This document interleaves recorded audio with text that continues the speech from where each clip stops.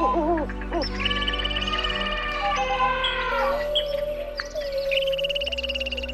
there and welcome.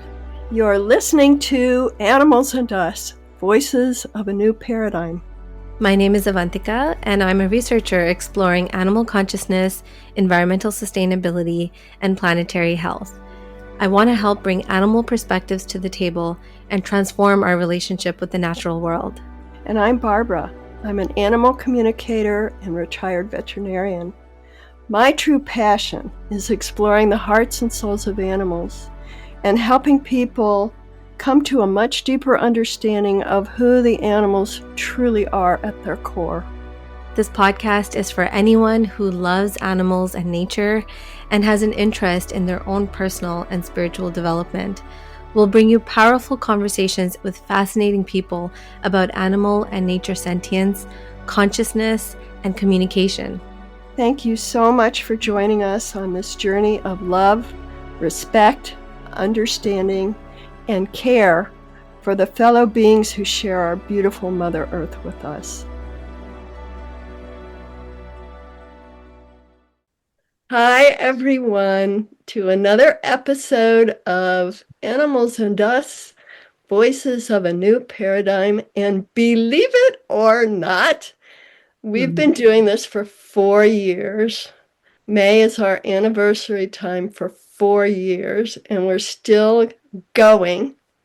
And today we have a very special guest who was our very first guest 4 years ago, which is kind of incredible. And here she is still, here we are still, and we're going to have a whole conversation.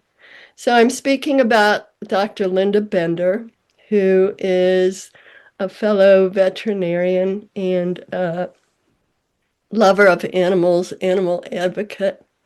And during the 14 years that Linda was in Europe, Asia, Africa, and the Middle East, her veterinary work included the rescue, rehabilitation, and protection of wildlife.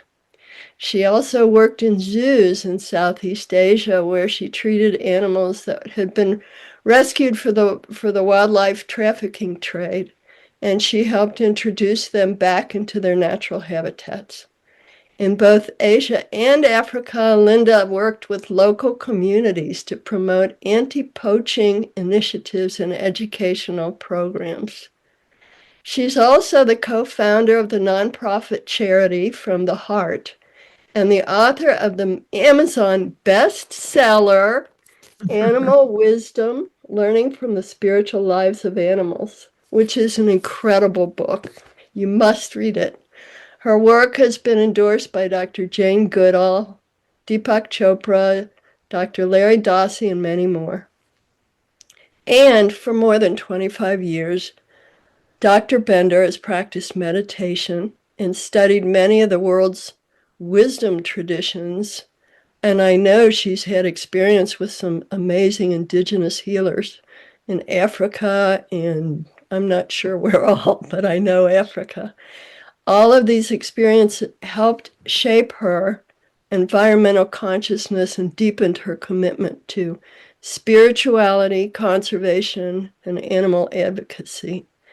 And what I want to add is Linda and I we were involved in a group called the Human Animal Spiritual Network that lasted for a couple years. And what we are going to do now is put it on our website. We created a website from the HASN, or Human Animal Spiritual Network, and we had some phenomenal conversations with a small group of veterinarians and animal communicators primarily. And our focus at that time was to help animal professionals in their work, with their lives, and to help them go to a deeper level, deeper spiritual level with the animals. And what we've discovered is that this work, these conversations apply to everyone, not just animal professionals. So that's why we're going to have it on that website on this website, so that it's available for people. So with that, Linda, would you like to say anything maybe about HASN or anything else you want to say before we start with our questions?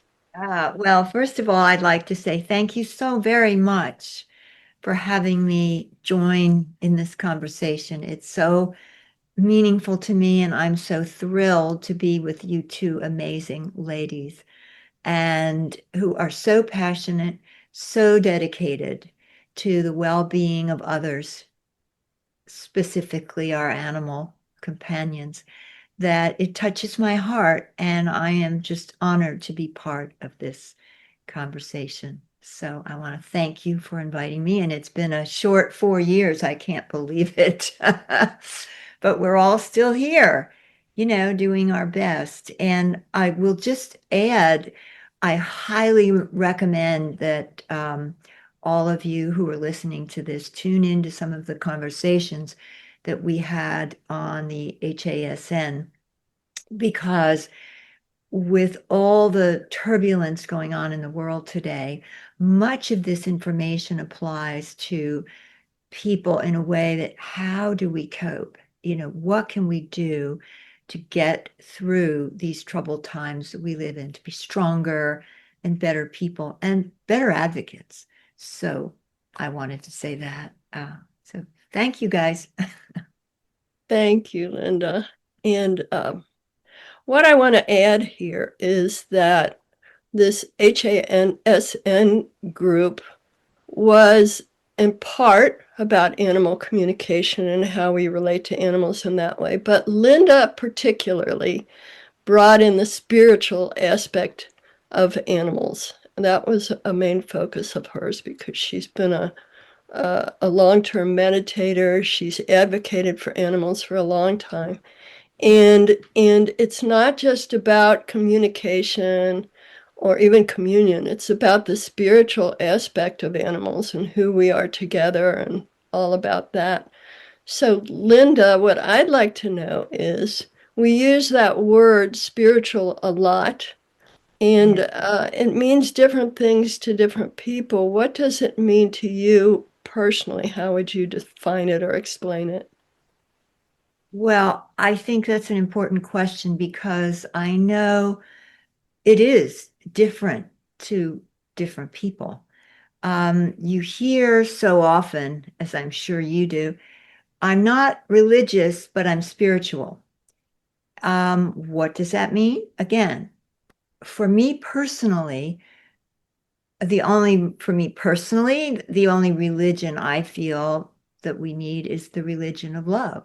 Um, if you go deep enough beyond the dogma of most religious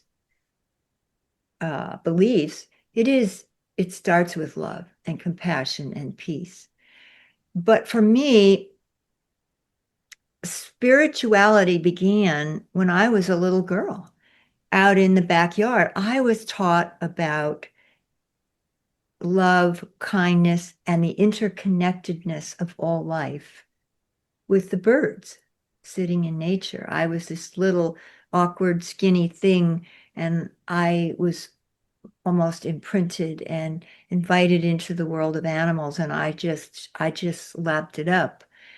And so there were no words. I never heard the word spirituality, but I experienced that interconnectedness of all life. So all animals, all life, the trees, we were all one. And so I learned that. Then and I don't know whether it was because of that or I just came into this world as insatiably curious about the questions of life. Who am I? What is this? What is this all about? But I understood so deeply that there was more going on than what was happening in our everyday life in the 3D world. I understood and experienced that there was a much deeper essence. And today we have, we assign words. We say it's a spiritual connection. We say, some people say God, or many are allergic to the word God. a universal consciousness, something that is beyond us, greater than us. And for me, that spirituality is primary. It is primary. And it goes way beyond our lives, everyday lives, our personal stories, our life situations, the past, the future. It involves being involved with the essence of who we are. And it's a journey, it's a journey. And for me, it's been a life journey. And I continue on it every day. Great. Yeah, that's beautiful. And I what I've would also discovered, add, though, some people, you've heard people say it's the mystics or the mystical journey. Well, all that really means, since we're speaking of spirituality versus, all that means is someone takes the personal journey to experience whatever you want to call the higher consciousness, the universal consciousness or God. So that just says, well, I don't need somebody to help me through religious dogma. I'm just seeking myself. And I think a lot of people are on that path today. thank you, that was beautiful. And I know we've had Avantika and Linda and I have had conversations recently about what spirituality means and how it applies to the animals. And we've come to talk a lot about the dying process as actually a spiritual process.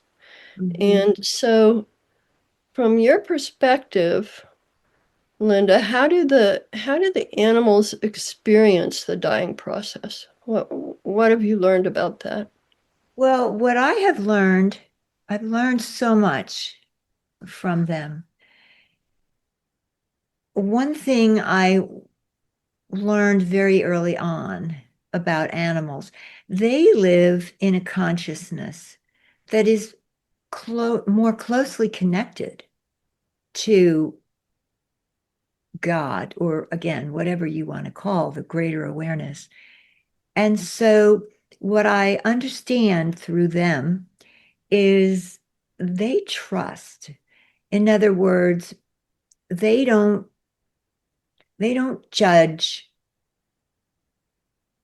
what's going to happen to them. They don't distrust what's going to happen to them after they die because they trust life. And therefore, what they have communicated to me or I've experienced with them, they trust what's going to happen after. And I think of the bird who is sitting on the branch, just singing, singing, singing, joyous, and what I call the joy of aliveness in the present moment, just the joy of being alive. And that trust that whatever happens next, I can trust that as well. They look at death very differently than we do as humans. And again, we are taught, particularly in this Western culture, that life here is about, it's supposed to make us happy. It's all supposed to be, oh, we deserve to be happy. And if we're not happy, then something is terribly wrong. And we get caught up in youth and money, power, and greed. And so we forget the true meaning, the present moment joy of aliveness that animals experience, that what happens next, I'm going to move into joyously in trust, which is very different than what we do. That's really beautiful, Linda. And I think, yeah, a lot of how humans live and operate, and I'll speak for myself as well, there is this conditioning that's just so powerful and it's everywhere. And you hear these, you know, just people don't talk about it enough, also, is one Right. thing I've always found, that there are just not enough, there are not that many conversations about death. And I understand that it is an uncomfortable topic. I understand that it's a painful topic. So I'm not negating or denying any of that. But I feel like it really limits, or it has limited at least, um, you know, just thankfully, I think I grew up in a household where it was okay to talk about that. But otherwise, when I look around, I don't think there's enough of that. And there's definitely in this day and age, there's like an aversion to, you know, like let's not do that. Let's try to get Yeah. away from that. Let's you know, there's just yeah, like you said, how the animals have this trust. I think, you know, I don't necessarily always see that with humans. It's a lot harder to get there, I think. Yeah. So, what do you feel like animals would, if animals could share with us, and I'm sure they're trying to share with us, what Yeah. would they want us humans to understand about death and letting go? Well, as you're saying, not to be so fearful. I mean, we not only don't want to talk about death in this culture, contemporary culture, we just want to live forever. We can't even grow old looking, it's the old expression. Oh, and if you're a woman, God, if you're over 50, nobody's even going to look, you're invisible. I'm sure, we all have heard that stuff. But I want to remind people that this has not always been the case. For example, back in ancient Rome, and I'm sure you've seen paintings where on desks you'd see a human skull sitting on a desk. And that wasn't to be ghoulish. That was a reminder that life is transient, that we're only here temporarily. And I think it was the Roman general Marcus Aurelius. I was reminded of this recently that he of the expression memento mori, and that's an expression that means you're going to die, and that is a reminder not to scare us, but to allow us to live more fully.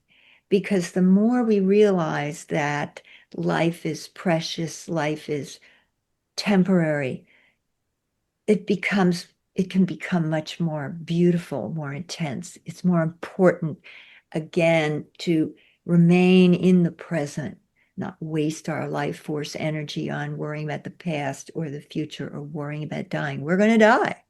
So the more we let that be and live with it, the happier we will be. And I think animals so totally understand that.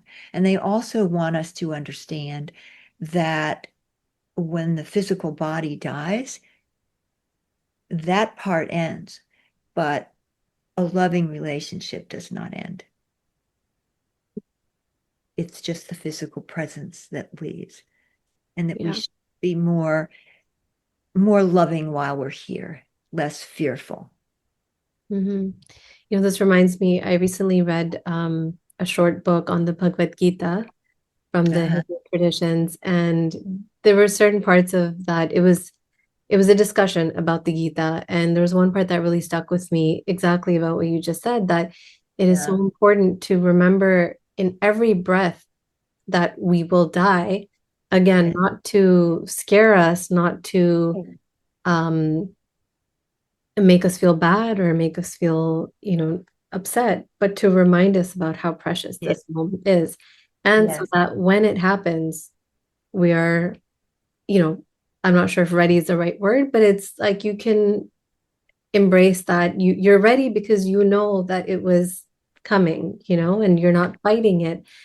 So, and I'm curious, you just mentioned that um what happens at the time of death is that we drop our bodies. Physical body no longer remains. Could you share with us what your thoughts are, what the animals have shared, perhaps, about what happens after that? Mm. Well, I have a database of stories. It was infectious from my friend Rupert Sheldrake, the biologist who's done so much research on this. I can tell you some of the stories, but I have a database of, and it's tell me your stories. And it's the unexplained powers of animals. So people would send in all kinds of stories about things that happened with their animals that nobody can explain. And I would say that 75% of the stories that I have, and Rupert has the same findings on his database. He taught me how to do it. I didn't know, but it's been so wonderful because roughly 75% of those stories are from owners of companion animals, dogs, cats, even a few other animals that have shown their presence after they crossed over. Um, I mean, just so many times people have these actual visions of seeing them, dogs return. I mean, and I also had one myself from my father when he passed. The story is in my book. I can shorten it briefly, but my father and I were bonded when I was a little girl by blue jays. And when my father passed, I was out of the country, and I know he did it on purpose. He didn't want me there, although we'd been together. I'd been taking care of him. Anyway, he was 93, and I took my son to college. And when I came, I was not even at the college yet. I got a call. Anyway, he died of uh, heart issues, and I was so upset that I wasn't there with him. And I carried that for several months. And at one point, when I came home and I was sitting going through my dad's last little box of favorite things, there was a diary in there, and it was about my parents' relationship and dates and comments and all that. And I started reading this one, and it was happy anniversary. And it was the date, and it was October, I think it was October 12th. And I went, oh, and I looked up, reminding myself that today is October 12th. And as I looked up, there was a huge blue jay in the bush right outside my window, which was totally unlikely. And that bird stared at me this way, stared at me that way, so that I knew. And so not only do we get messages like that, because, oh, after my father passed, uh, this lovely minister came up to me and she said, oh, don't worry, your dad will send you a message that it's okay, it's fine. And she said, well, that happened to me. I saw rainbows because my mother loved rainbows. And I didn't want to hear that because I said, I am not going to set myself up for anything like that. Forget it. Anyway, it would have to be about blue jays. And I'd never thought of it again. And so 3 months later, I had this blue jay, and I knew it was my father and it was the blue jay. So I've had not only these multiple stories, but I've had my own experiences, and my 18-year-old soulmate, Whimsy the cat, who died in my arms at age 18 of renal failure. And as he was dying, I just couldn't believe it. And I said, how can this happen? And it happened to be my daughter's 5th birthday. And I was just so beside myself.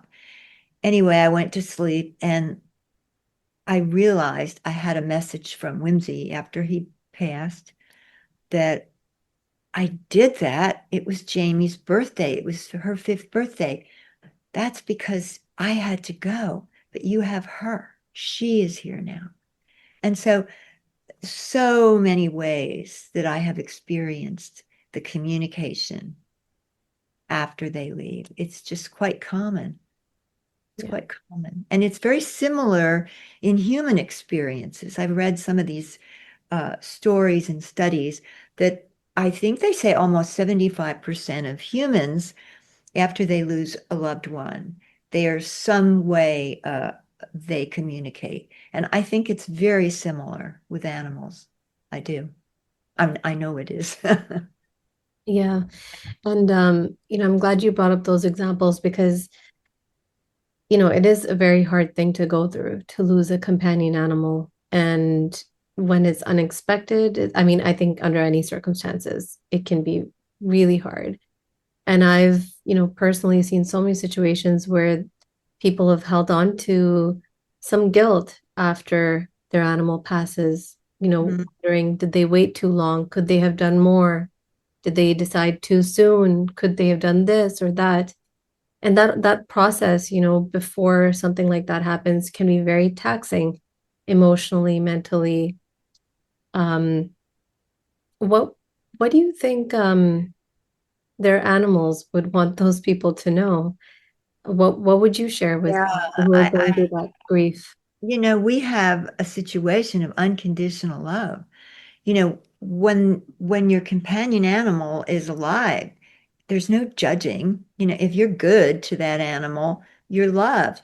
You know, you, it's it's the most beautiful expression of being loved unconditionally that we have in this world, in this life, according to my experience.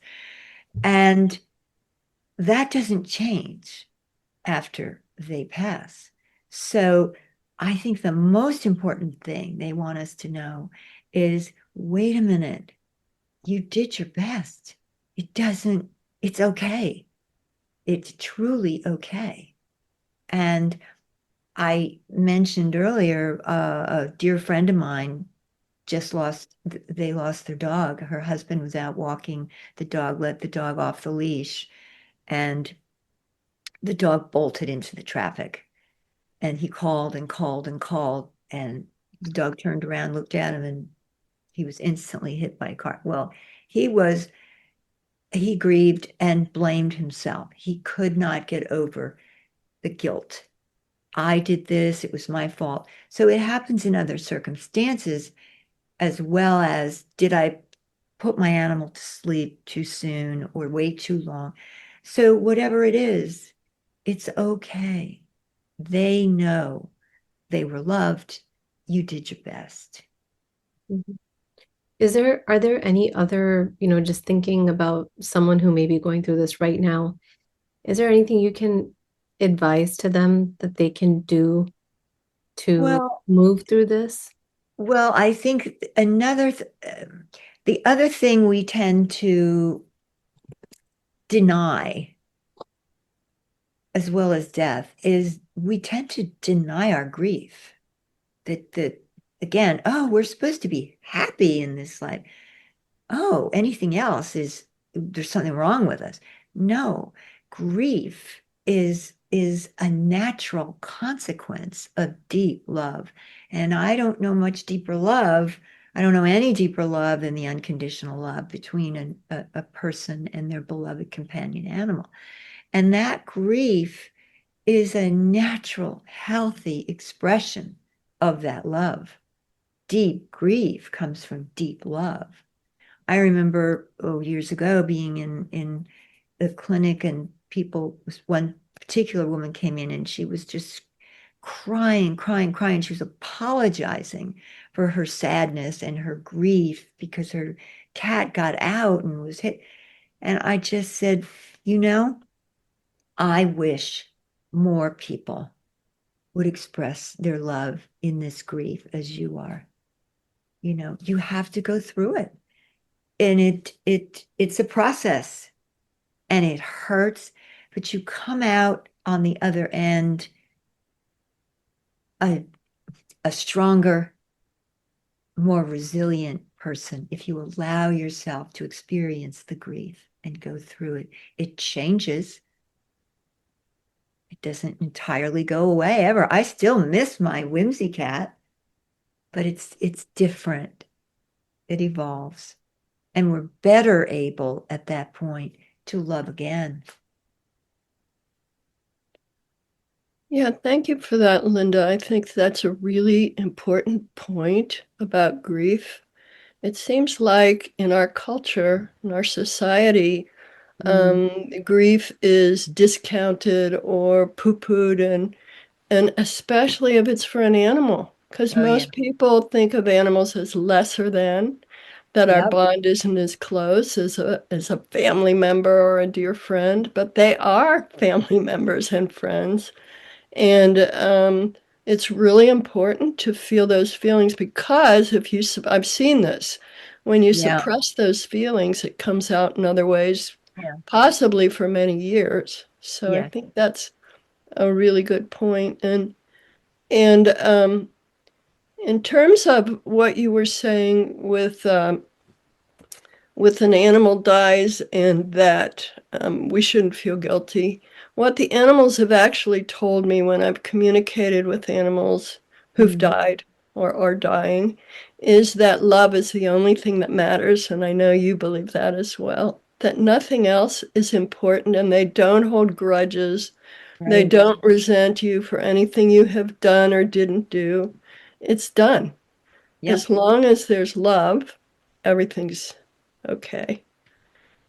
And when we were talking about how you can deal with an animal dying, it's really hard. I know that. Some Yeah. things that I've come up with, I don't know if you've done any of these, but one thing that I've suggested to people who have an animal who's about to die is to do a ceremony. I like ceremonies.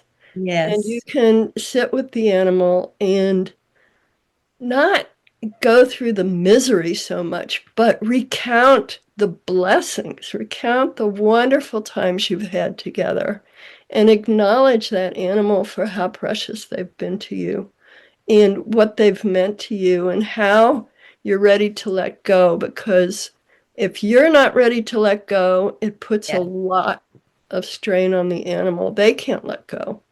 But if Right. you let go, the animal can pass comfortably, or sometimes they'll even heal because all that pressure is gone. Mm-hmm. And the Mm-hmm. other thing is, after they've died, from my own personal experience, um, and I know this probably a lot of people will disagree with this, but I've kept the body around for a short period of time, maybe a day or two, and surround them with flowers and beautiful things and invite their friends maybe and just honor that animal. And I've seen where keeping that body um, gives some closure, it seems like. It just makes it more real, and you can kiss them and honor them and love them and really let yourself let them go. So those Mm-hmm. are just some things that I've personally experienced that have been helpful, and it isn't easy. It Yeah. isn't easy. Oh, that's beautiful, Barb. That's really beautiful. Yeah. Yeah. I'm curious to know, with the experiences you've had with animals in the past and others' stories you may have heard or know about. And I'm pretty sure I know the answer to I'm pretty sure I know what you're going to say, but tell us, do you believe we can still connect with animals and communicate with them after they've passed? Oh, absolutely. Absolutely. And that's, 75% of my database and and absolutely yes. We often get in our own way when we try, too hard. We can get in the way. But yes, of course. I remember my whimsy when I had uh, a new little critter in my life, a new little cat came into my life. It was about a year after Whimsy had passed. And I just started contemplating. And at one point, he was so strong in my mind. And I just thought to myself, wow, Whimsy, I wonder if this is you. This is you, back. And I don't usually get stuff like this. They're more feelings and whatever, and I put words to it, but I clearly got, oh, well, 30% of me, I still don't know what that means. And I wouldn't have made that up. But so yes, and so many stories of animals connecting. There's a cute story about this woman who just absolutely adored this little black cat, and her girlfriend was a police officer, and she used to come over, and she didn't like the cat or whatever, and she didn't believe any of this stuff with communication or blah blah blah, whatever. It's just a cat. Well, the cat passed away, and one day her friend, the police officer, came over, and she was walking into the kitchen, and she suddenly like tripped and almost fell over. And the lady, well, what happened? What's wrong? She said, your cat just ran past in front of me. True story. So, I mean, that's one of like a zillion stories. Do you think someone can intentionally, I'm thinking about someone who may have lost a dear animal and wants to talk to them or wants to connect with them, communicate, ask how they're doing, or maybe even ask a question Yeah, or get guidance or whatever it may be, talk about what happened. right. Do you think Well, that's possible? And yeah, I how think can that in order to do that, the best way, or the best way, that's a crazy word, but think about it. Whether we're alive in this world or we're crossed over, we are still all energy, right? We are all beings of energy and information. So if we can, and there are levels of vibration without going into all this stuff, we're all vibrating at different levels. Well, if we can get into a state where we are more open, more at our essence, more at the consciousness that can connect, like connecting with the bird and the tree. If we can be in that space, then why would we not be able to energetically attract in the loved ones we wish to communicate with? And we can. And I think that the meditation that I was offering can help people a little bit to get to that place Mhm. where that more easily can happen. Yeah, and we'll let everyone know as well. Well, maybe Yeah. we'll mention it now that Linda was so kind to put together a meditation for all our listeners. So we're gonna make that available so that everyone can go through this kind of guided process that Linda's offering and hopefully get to that place where they can connect more deeply. Yeah, and we need to remember we have to allow ourselves and we have to give ourselves permission to say these things are real.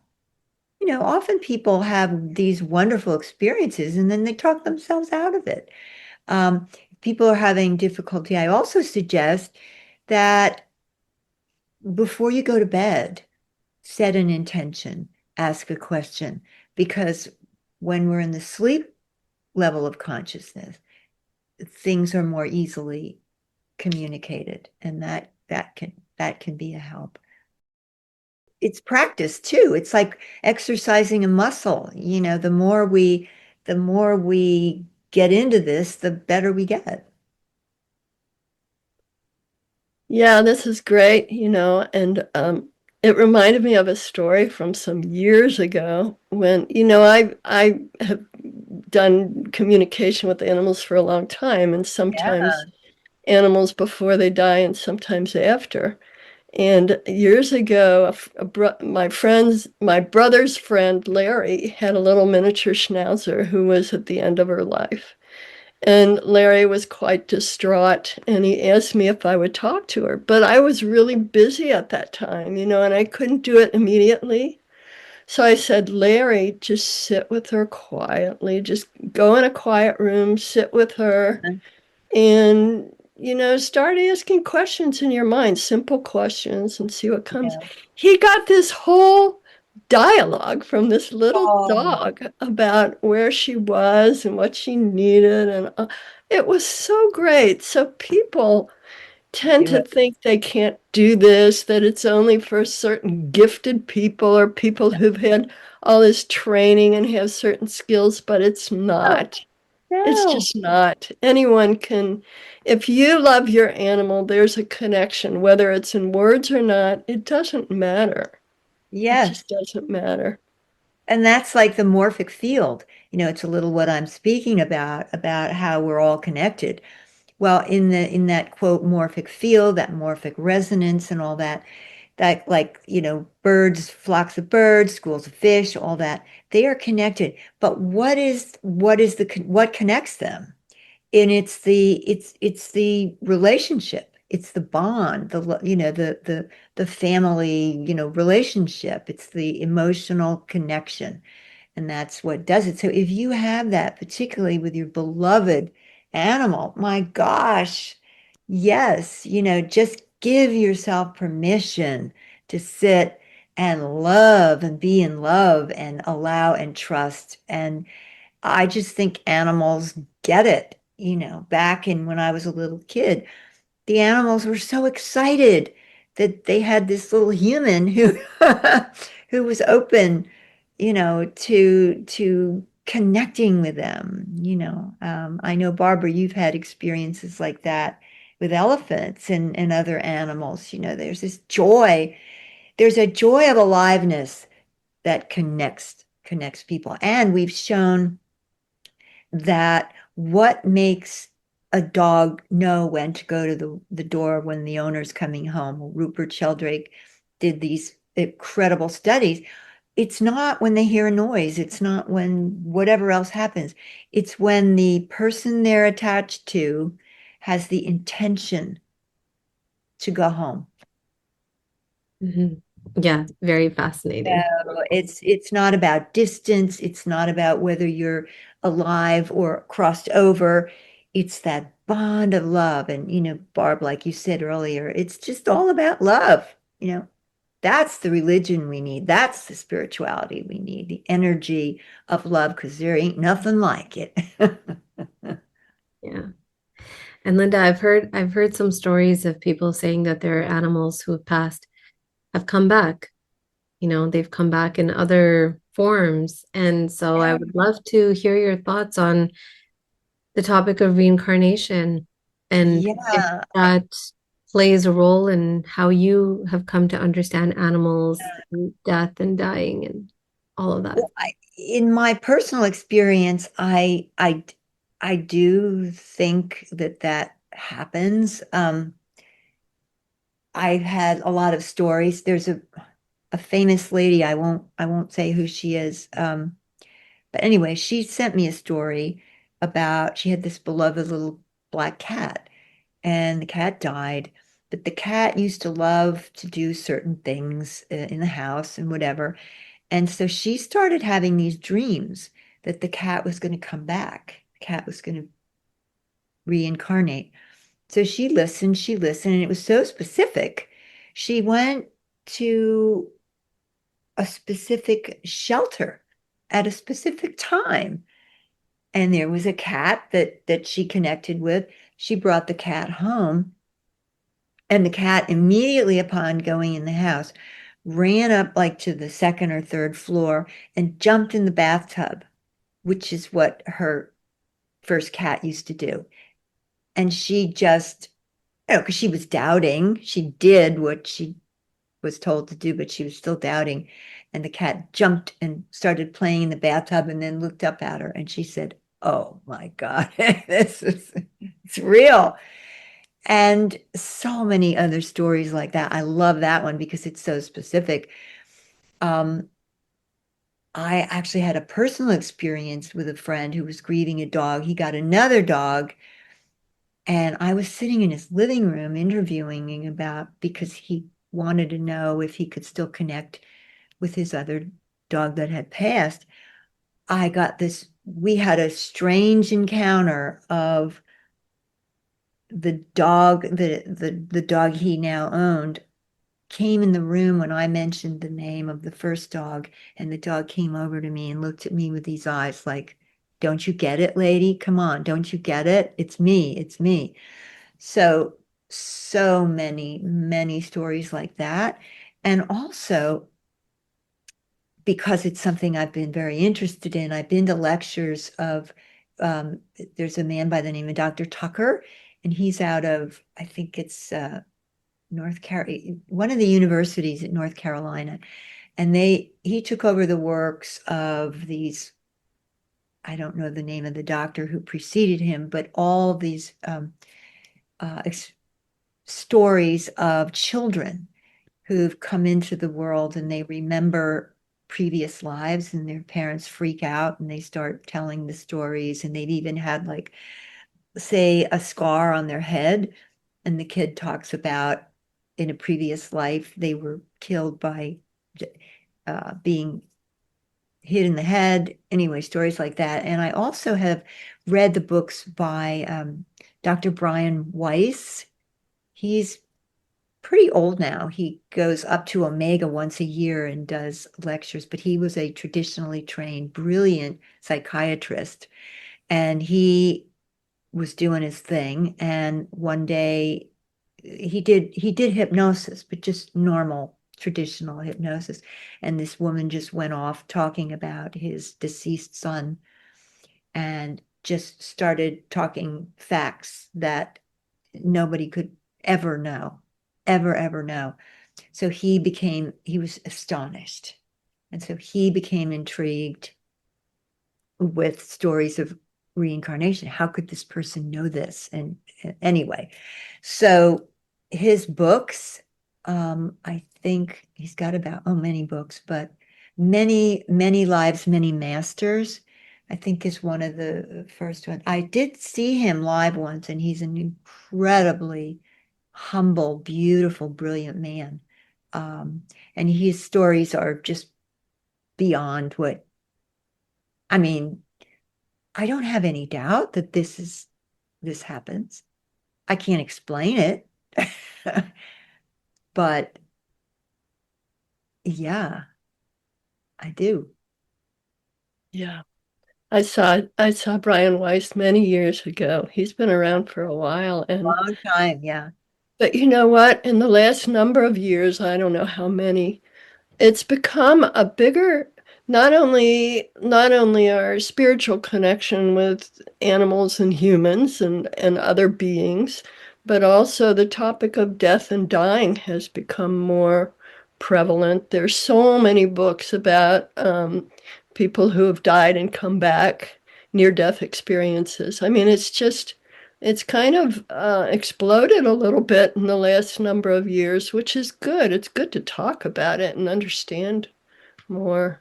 Yeah, there's And a wonderful book by Anita Morjani.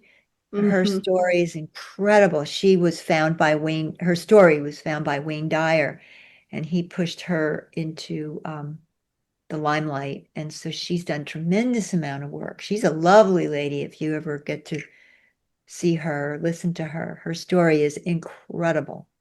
I think you saw her in person I recently, didn't did. you? Well, a few years ago, I saw her up Mhm. at Omega, and Yeah, yeah, it's yeah. brilliant, brilliant.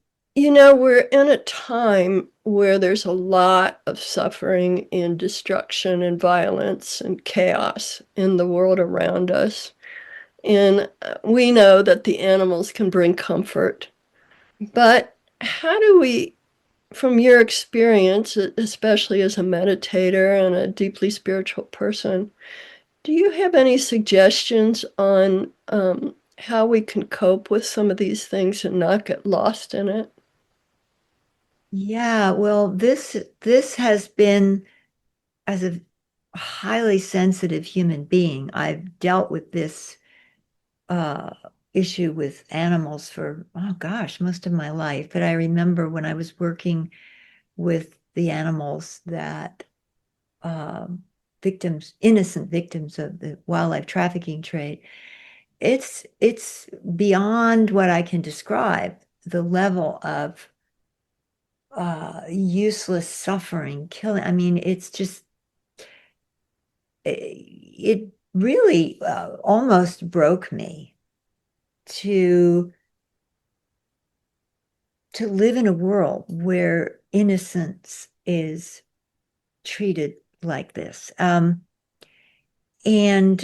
so what I learned over the years, and it's even becoming more so now. But what I learned, and it's why earlier I said that the spiritual journey is primary. It's primary because you can be as passionate as you want about helping animals or babies or whatever your passion is. But if you throw yourself in and you are not, and you don't have the strength of a foundation that is deeply rooted, and for me it's deeply rooted in the essence of who you are, which is where your power is, you're going to crumble, you're going to be broken, it's not going to work. So for me, that spiritual journey, that going inward is is necessary to create these deep roots of strength because it comes from you. It can only come from the essence of who you are. It can't come from the outside world. It can't come from a little victory here or a little victory there or an ego something there, because that will can be ripped away from you. Okay. You've got to be strong in the face of whatever your worst nightmares are. Because if you're in the trenches, you're going to struggle, and you've got to have that personal strength that only comes from the deepest part of you. And usually it comes after experiences of suffering. I know what I've noticed is there are ways that people tend to dive into the deeper essence or the deeper part of who they are. Uh, they're people like Albert Einstein, they just come in with this insatiable curiosity that creates things beyond what most people contemplate. But even Einstein once said, I want to know the thoughts of God. Everything else is detail. I don't know what else he said, but there's that. And then there are the people who have terrible suffering, and usually it's suffering that makes people think, oh God, you know, show me what's more. Or also people who have had everything, money, power, success, you name it. I refer to George Harrison, one of the Beatles, Avantika. I don't know, this is before, but George Harrison was a very spiritual man. And he said, at 21, as one of the members of the Beatles, I had everything. I had everything in the world. And you know what? It didn't do it. There's more. There's got to be more. And he went into this whole then journey to uh, his spiritual journey and essence. And I find today, more so than ever in all my years of doing this stuff, that people now are craving something. They know something is missing. They know the stuff, the news, what's going on in the world, the craziness. People are feeling, oh God, there's got to be more. And that's what makes people go inward, because going inward is the only place you're going to find it. I have a question for you, Linda. I find that it's really easy, with all that's going on, and like you're saying, when this suffering happens or you're seeing it happen around you, to get into feeling angry, feeling bitter, and that's also really powerful. And that, of course, I think drives so many people, even people who are fighting for justice and who are out there doing the advocacy work and activist work. Could you talk a little bit about that what the difference is there? And Okay. personally, I find that like it's really important to be mindful when you're getting into, because that is also very energetically powerful, but in a very different way. And it drives you, but in a very different way. I'm wondering what you think about that. That's exactly what I mean when I say you just burst out there in anger and passion. But what happens is you burn up, you burn out because you cannot sustain that. And it's particularly difficult when you're dealing with the environment, with animals, where there's so, I mean, let's face it, out in the world today, there is a bottomless pit of suffering in the world today.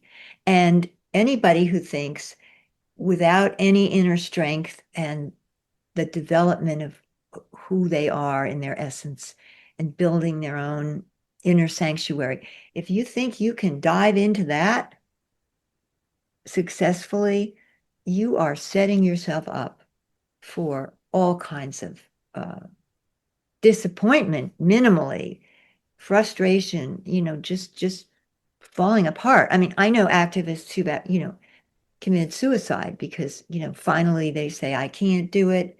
I can't live in this world. You don't have to go down that road. Linda, don't you think that not only are you hurting yourself by, say, protesting or advocating or whatever in anger, but you're projecting all this negativity outward as well? And it seems Yeah, like negativity, violence, aggression begets more of the same. that's right. So That's so when true. I was looking at a website the other day with dogs that were in a shelter. There were hundreds. And Mhm, I was just about in tears looking at all these beautiful dogs that people have just discarded like they're garbage. mhm, It's so uh it's so pervasive everywhere. mhm. And if you're a sensitive person, it can destroy you. So That- I get what you're saying about going inward. Um, isn't there a little more than just going into yourself and realizing there's a much higher picture, a much bigger plan in operation that we don't even have a clue about, but we have to Yeah, trust that there's something else going on. Can you I, talk about that? yeah, I'm so glad you said that because so I've, read and I lived in, 5 different continents. And I've met all kinds of people. I've studied wisdom traditions. I with great teachers. And so you get all this, but the evolution of the spiritual journey is experience, experiencing it. So exactly what you're saying is so true. So even, okay, so I used to teach people to meditate. I still do occasionally, but meditation is a great way to, I mean, just word this probably, it's a great way to become quiet, let go of the out of the noise, the monkey mind, the thinking, to quiet yourself and tune into and recognize, first of all, that quiet inner voice. Okay. And become calm. It makes you handle problems better. It makes you calmer, all these things. But what you, it doesn't bring you enlightenment. You must go deeper. It opens a door to a deeper level of who you are. And example being so many of the great teachers, even the Buddha, tried everything, hating the body, starving, tried everything to get away from the body to connect with the essence of life, the God, whatever. None of it worked. He just got really sick and almost died. And it's happened to so many of these great teachers. And then Buddha finally gave up and said, "Ugh, I don't know, I just give up." And that's when he said, I release, I let go, I allow whatever it is, this great consciousness, I'm just going to join it. I'm just going to let go, forget about all this doing stuff, whether it's meditating, starving, whatever. Just let it go. And that's when the energy of the universe enters you. You then become connected. Remember, quantum mechanics. My physicist son even says this. We are all energy. We're energetically connected to all life. So we can experience directly that connection. And when we have that connection through experience, for me, it's happened not in any kind of a meditative state. Yeah, that's great. But for me, it's happened out in nature. It happened to me once out riding my horse in the African bush, where the two of us, I was not out of my body. I was very much in my body because my body became the deeper essence connecting to the energy in my body is what connected me to my horse, to the trees, to everything, to all life. We can experience that. And that's there are portals. That's why people say go out into nature, connect with the trees, connect with the animals. It's what I learned to do. We don't just in our heads think, okay, this is great, we're spiritual people. No, we can go into the depth of experiencing that oneness. And when we experience that oneness, that joy of aliveness, like the little bird up in the tree, whatever then happens out in the world is secondary and we can deal with it. What people need to remember is we don't want to get caught up in the negativity and that negative energy. And we don't want to take the spiritual bypass and say, oh, it isn't real. We don't need to do anything. We need to find our resilience, the depth of who we are. And from that essence, we become the light. We must be the light that brings the change. We must be the light that shines into the darkness. As we all know, we don't fight the darkness. We don't win it by fighting. We win it by being the light. And we've been talking about the difficult things in the world at this time and how we cope with it. And I know for me, actually struggling with, do I watch the news? Do I not watch the news? Because when I watch the news, it's always horrible. The media tends to induce fear. So, Yes, but I don't want to hide my head in the sand and, like you said, do the spiritual bypass where everything's great. But still, it's really important to take care of ourselves, and not get caught up in the storm, that's you know. right. Yep. It's constant.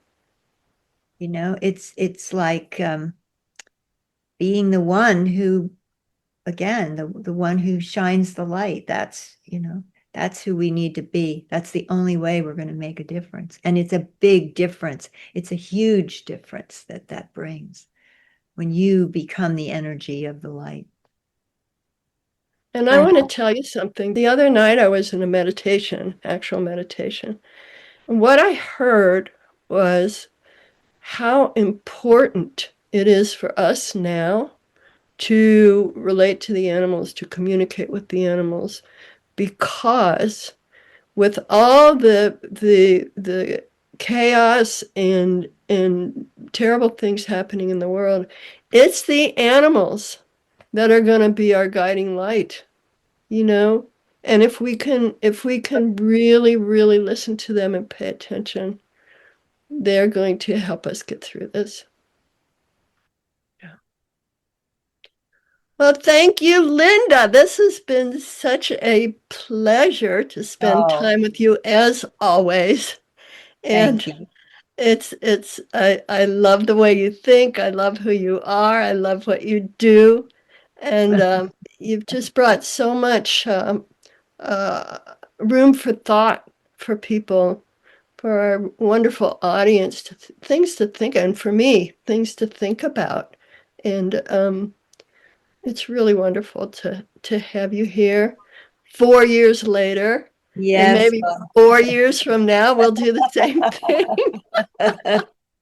Oh, well, thank you so much, ladies. I just love you both. You're so near and dear to my heart. And I appreciate this opportunity to share some of what I've learned over the years. And I know, Barb, you we're the wisdom ladies, right? Yeah. Yeah. And Linda, I just wanted to also thank you for sharing all that you did, and this idea of building that resilience. And you used the term inner sanctuary at one point, which I really loved. That's really what we all have to learn how to do, is to really build. I was going to say find that inner sanctuary, but it's really about building it. And I think the animals are there waiting to help us and to grow with us, to learn together, That's right. so that we can, evolve and work together to make the world a better place, hopefully. So thank you for everything you shared. Before we wrap up, is there anything else you want to add? Well, I just want to say thank you again. And if you're really sad, you're really needing an instant update, that portal to the present moment, because everything happens in the present moment. Doesn't happen any other time. So if we can let go of the past or the future, and if we're struggling with that, just sit with your little precious animal. And if you don't have one, please go to the shelter and rescue a little baby, because it's true, they'll really rescue you. So Yes. thank you, ladies. Thank you so much. And as always, we would like to end with a blessing for the animals. We'd like to end this podcast by taking just a moment to be quiet.